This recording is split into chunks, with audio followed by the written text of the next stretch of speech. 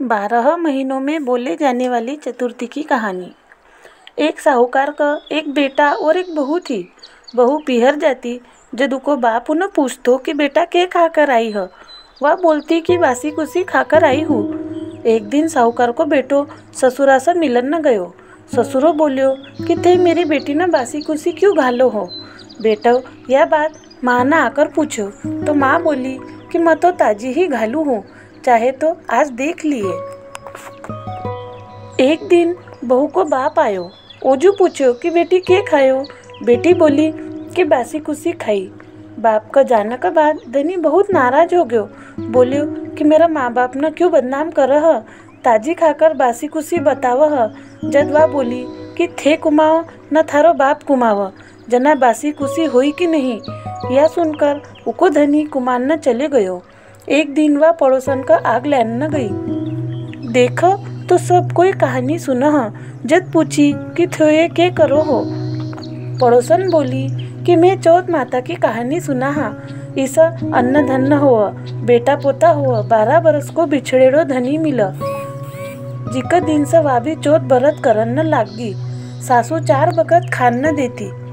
जिको एक बार को हथकार निकालती, एक बार को गाय न देती, एक बार को राखुड़ो गाड़ देती और एक बार को चांद न अर्घ देकर आप खा लेती। अया ही चौथ बरत करता करता 12 बरस हो गया। गणेश चौथ सोची कि इना बरत करता करता 12 बरस हो गया। अगर इका धनी न पाछो नहीं लेवांगा तो अपना न कलयुग में कुन मानसी। वही रात न चौथ माता उका धनी न बोली कि अब तू घरा चले जा, तेरी औरत तने याद कर ह। वो बोलियो कि मैं तो बहुत काम में उलझ रहे हूँ, कैया जा सकूँगा। चौथ माता बोली कि दिन उगन से पहले ही चौथ माता को नाम लेकर दोनों घोड़ा मोड़कर बैठ जाए। देनिया दे जासी, लेनिया ले जासी। वो सवेरे उठकर यही करो। सारो काम पूरो हो गयो। घरा आन लाग्यो तो रास्ता में एक बुड्ढो साहब दुख कर मारे जल न जावत थी। जिको वो उन्हें छिचकार्यो, अब मैं तना खाऊंगा। वो बोलियो कि मैं 12 बरस से घरा जाऊँ हूँ। जिको मेरी माँ लुगाई से मिलकर आन दे, पीछे खा लिए।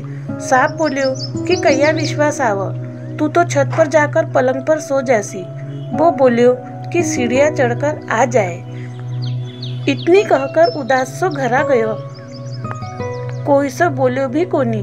रात न छत पर सोने के लिए गयो और एक सीढ़ी में बालू, एक में दूध को कुंडो, एक में पानी को कुंडो और एक में फूल बखेर दिया।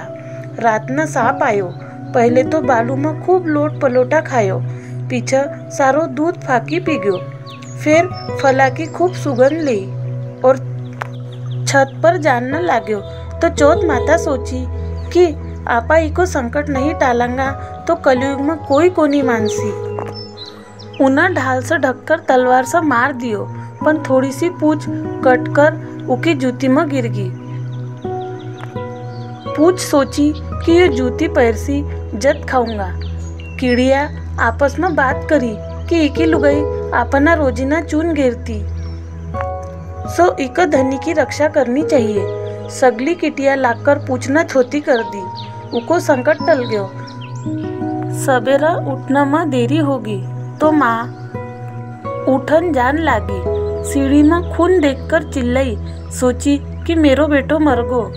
बेटो आकर सारी बात बताई और माँ ने पूछो कि मेरा नाम से कोई पुण्य व्रत करे थोके। माँ बोली मैं तो कुछ भी कोनी करी। पर लुगाई बोली कि मैं 12 महीना की 12 चौथा करती। माँ बोली कि मैं तो तना व्रत करता कोनी देखी, 4 बकत रोटी देती। जना बहू बोली कि मैं 1 बकत को हथकार निकालती, 1 बकत को गाय न देती, 1 बकत को राखुड़ो गाड़ देती और 1 बकत को चांद न अर्घ देकर खा लेती। ब्राह्मणी की छोरी ने बुलाकर पूछो तो बोली कि हाँ देती। गाय ने पूछो तो बाबी हुंकारो भर दियो। राखुड़ो खोद कर देखा तो सोना के जेठ होगी। सारी नगरी में हेलो फिरा दियो कि पुरुष की औरत, बेटा की माँ, दीदा गोड़ा को धीरासी सब कोई व्रत करिए।